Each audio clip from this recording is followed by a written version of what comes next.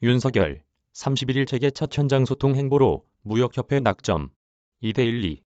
김상윤 기자. 윤석열 대통령 당선인이 오는 31일 한국무역협회 주관 행사에 참석하는 것으로 확인됐다. 경제 6단체와 공동 오찬 자리를 한 이후 처음으로 개별 경제단체와 현장 소통에 나서는 것이다.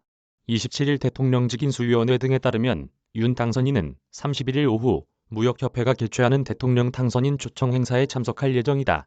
이 자리에는 무역인 대표 20여 명과 청년 무역인 200여 명이 함께 자리를 할 계획이다. 무역협회 주무부처인 산업통상자원부 문승옥 장관도 참석할 것으로 알려졌다. 각 경제단체들은 대선 직후 윤 당선인과 회동을 각각 추진해왔다. 경제단체 간 치열한 신경전이 벌어지자 윤 당선인은 경제 6단체장 오찬으로 전환하고 재계의 목소리를 한 번에 들었다. 이 자리에서 윤 당선인은 정부가 해야 할 일도 기업과 경제활동의 방해 요소를 제거하는 데 있다면서 쉬운 일을 엉뚱하게 하는 정부는 안 되며 혹시 잘못하면 여기 계신 여러분들이 가차없이 이야기해달라고 밝혔다. 그리곤 불과 일주일 만에 윤 당선인이 다시 재계와 소통에 나서기로 하자 시장 친화적인 새 정부의 모습을 보다 분명히 하기 위한 행보라는 해석이 나온다. 다만 개별 경제단체와 첫 소통 파트너로 무역협회를 낙점한 것을 두고 재계 안팎에서는 이례적이라는 반응이다.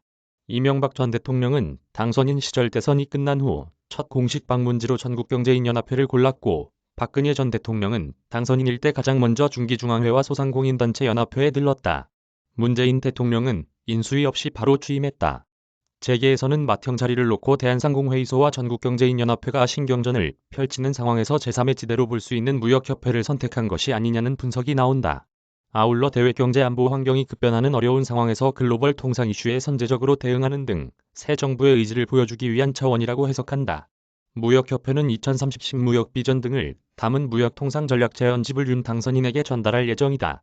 기존 무역이 대기업, 전통제조업, 주력 품목에 의존한 방식이었다면 앞으로 무역은 기업, 개인 등 모든 국민을 대상으로 제조업, 서비스업 융합 방식으로 이루어져야 한다는 제언이다.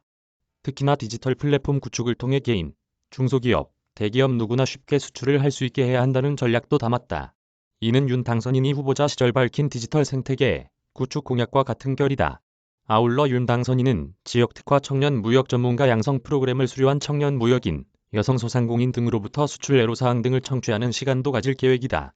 인수위 측 관계자는 당선인이 수출 활력 제고에 관심이 많은 것으로 알고 있다. 이날 수출에 힘쓰고 있는 개인, 중소기업, 대기업, 산업부 등을 만나 애로를 듣기 위해 참석하는 것으로 안다고 말했다. 김상윤